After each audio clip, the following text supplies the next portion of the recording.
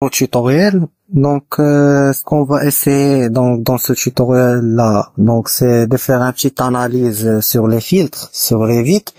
Donc, les filtres sont une option qui est très utile sur les vitres. Pourquoi on va l'utiliser? Donc, on va utiliser les filtres quand on peut, par exemple, afficher certains éléments avec certaines couleurs.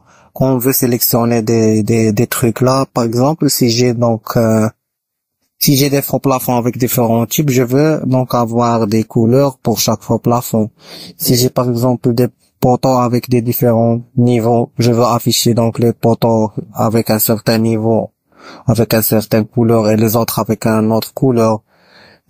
Si j'ai par exemple des poutres, je veux afficher certaines poutres avec une certaine couleur et les autres avec une certaine couleur. Donc pour chaque option ou bien pour chaque paramètre, y compris dans un élément, je peux donc appliquer un filtre qui contient ce paramètre-là. Donc j'applique le filtre sur un paramètre. Ce paramètre il est déjà programmé dans un élément sur les vitres.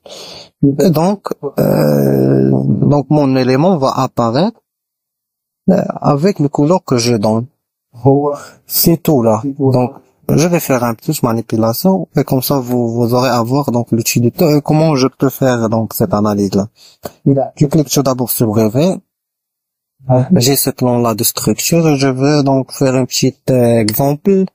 C'est d'afficher donc les poteaux avec un décalage ou bien une section avec une couleur bleue et afficher par exemple les autres boutons avec un autre couleur. C'est ça ce que je vais faire. Je viens ici vers fil, ajouter ou bien je vais faire un nouveau filtre. Je vais lui donner, je vais l'appeler bouton par exemple. Bon. Donc ici j'ai les catégories. Donc je clique ici, bouton.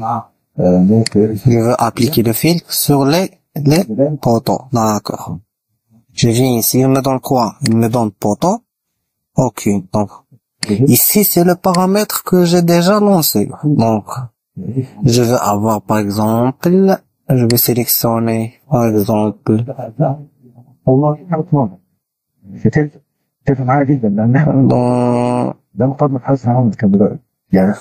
ce que je vais faire, c'est que, par exemple, parce que moi, je ne sais pas.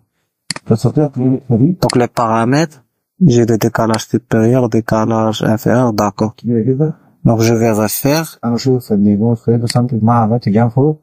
VV, filtre, ajouter. Donc, ici, ce sont les filtres qui sont déjà là. Je vais faire poteau, décalage. Ok. Je viens ici, je sélectionne poteau. Ok. Je viens ici, ou bien je vais faire poteau pour deux. Ce sont des poteaux pour deux, ce sont pas des poteaux simples. Je viens ici, je sélectionne par exemple les décalages supérieur ou bien inférieur. Donc je vais faire décalage supérieur. Ici c'est la condition. Est-ce que je veux, j'applique la condition sur les poteaux supérieurs ou égal. Donc c'est ça, égal à. Je vais sélectionner une valeur, par exemple, il me donne juste une seule valeur. Ok. Ici j'ajoute poteau décalage. Je lui donne ici un fil, je lui donne là. Je donne ici un couleur.